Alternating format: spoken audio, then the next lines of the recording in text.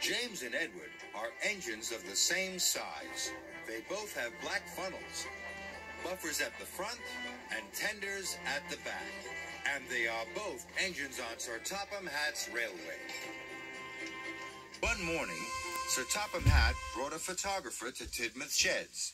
"This year, there is to be a holiday poster for the railway," Sir Topham Hatt said. "And I need an engine to be on the poster." All the engines were very excited. James was sure his photograph would be taken. "I will look wonderful on the poster," thought James. "The engine on the Sodor Railway poster will be Edward," announced Sir Topham Hatt. Edward was delighted. But James couldn't believe it. He was sure a red engine would be just the thing for the poster. The photographer tried to take a picture of Edward, but James got in the way. "James, leave the shed now," ordered Sir Topham Hatt. James puffed sadly away. Soon the posters were seen all over the island. But James still wanted to be the poster engine. "I wonder why Edward was chosen instead of me," James puffed. "Because," huffed Henry, "Edward is always gentle with his freight cars. And he doesn't mind doing the dirty jobs," puffed Percy. "And he's always on time," chuffed Thomas.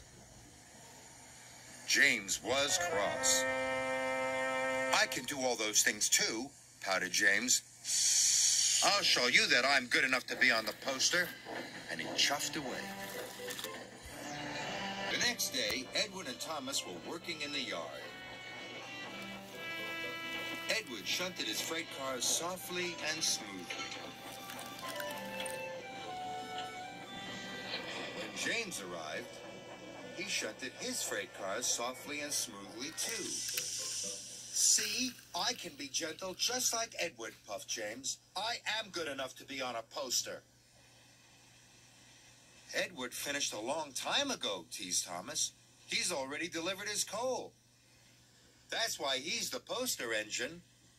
James wanted to be as good as Edward, so he raced off to collect his coal cars.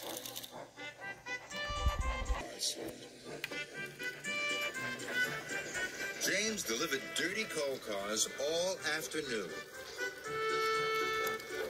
He became greasy, grimy, and grubby, and his bright, shiny red coat was soon covered in coal dust.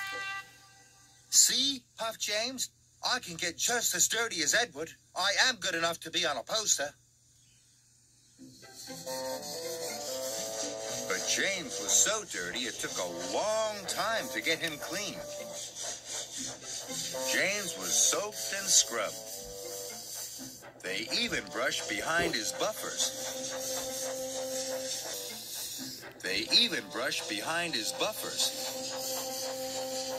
"Your gentle shunting and getting dirty has made you late for your passengers," puffed Percy cheekily. "Edward is always on time. That's why he's the poster engine." Then James had an idea.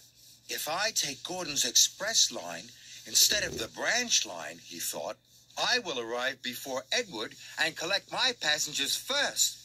That will show everyone I'm good enough to be on a poster." So James puffed onto Gordon's line. Then he raced across the countryside. James rattled over bridges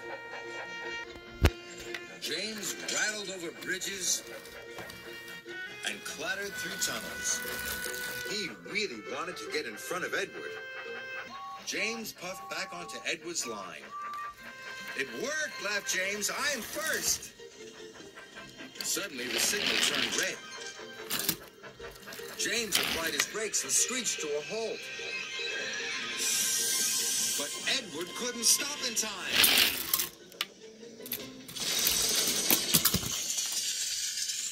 "Sorry," puffed Edward. "I didn't have time to stop." Puffed Edward. "I didn't have time to stop." Don't worry, moaned James. It was my fault for pushing in.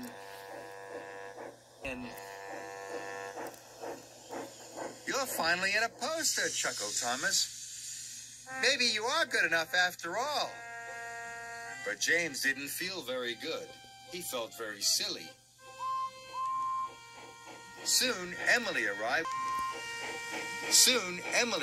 with Sir Topham Hatt. James, your racing around has caused confusion and delay, Sir Topham Hatt said sternly. Yes, sir. Sorry, sir, James puffed sadly. Edward, your cylinder has been damaged. You can't take the children to the seaside today.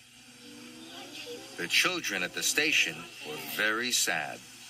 But we wanted to ride on the poster engine, the children cried. James felt worse than ever. Please, sir, James puffed. If I was a back engine, all the children could still ride on Edward. What a wonderful idea, said Sir Topham Hatt. Edward and his passenger cars were very heavy, but James pushed them slowly to the seaside. His pistons pumped and his axles ached, but James pressed on.